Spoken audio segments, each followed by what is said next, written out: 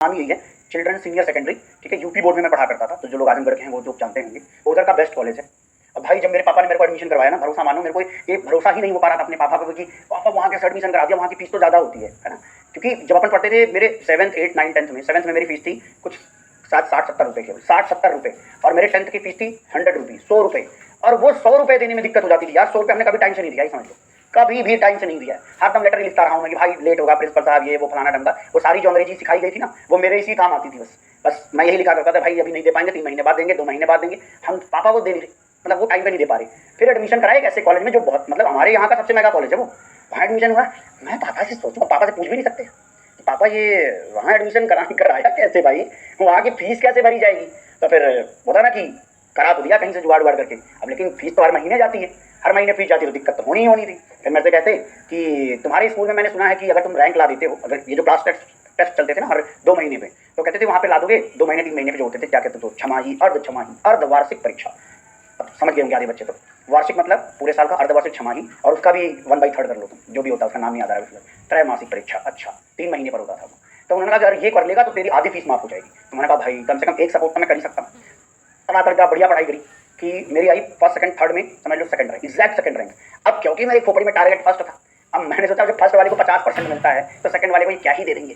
फिर वो बात करी हमने जाके प्रिंसिपल से, गुरुदेव हमारी भी फीस, वो अंग्रेजी दोबारा लिखी मैंने, बेटा वो अंग्रेजी मैंने दोबारा लिखी कि हमने देखिए सेकंड रैंक ला दिया है और हम आगे इसको और सुधार करके फर्स्ट रैंक ला देंगे, तो कृपया हमारी फीस आधी माफ कर दी जाए। अब विश्वास मानो आधी फीस माफ हो गई। मस्त मजा मक्खन हो गया। तब थोड़ा सा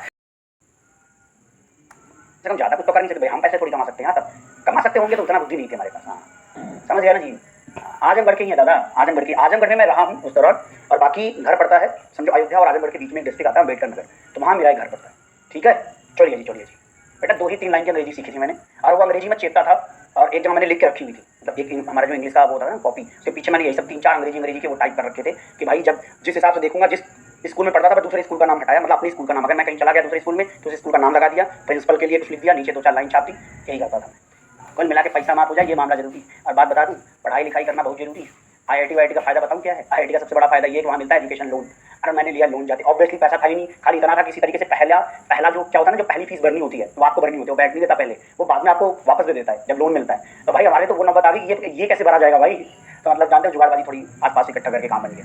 इसलिए कहता हूँ कि जहाँ तुम खड़े हो उससे कई किलोमीटर पीछे से चल कर आया हूँ। और मैं इसको इसलिए नहीं बता रहा हूँ कि मुझे बताना है कि मैं गरीब नहीं भाई, जिस भी स्थिति में मैं पला बड़ा हूँ मुझे ये पता है कि हर माँ बाप अपनी स्थिति के हिसाब से बहुत बेस्ट देता है, नो डाउट। वो सारी चीज़ें नहीं तो सोच के देखो, मेरे पापा को क्या जरूरत थी उस कॉलेज में पढ़ाने की, महंगा था नो डाउट। 100 रुपये फीस नहीं दिया जा रहा है, तुम जाके 2500 रुपये वाले में एडमिशन करा दे रहे हो। अब की बात कर रहा हूँ मैं, आज तो और होगी 7-8 हज़ार रुपये हो गई होगी।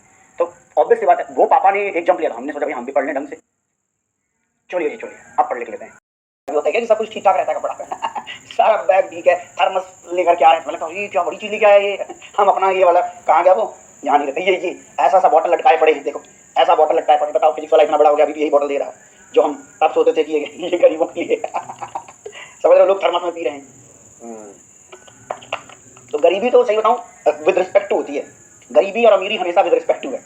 तो जिसके इन्वायरमेंट में आप रह रहे हो उस हिसाब से पता चलता है कि आप अमीर हो। अब जैसे कहीं बाहर रहने लग जाओ जहाँ पे सब उसके पास पैसे हो, तो वहाँ तो तुम 1 करोड़ रुपए कमाओगे तब भी लगेगा अरे मैं तो गरीब आदमी हूँ, समझ रहे हो। हाँ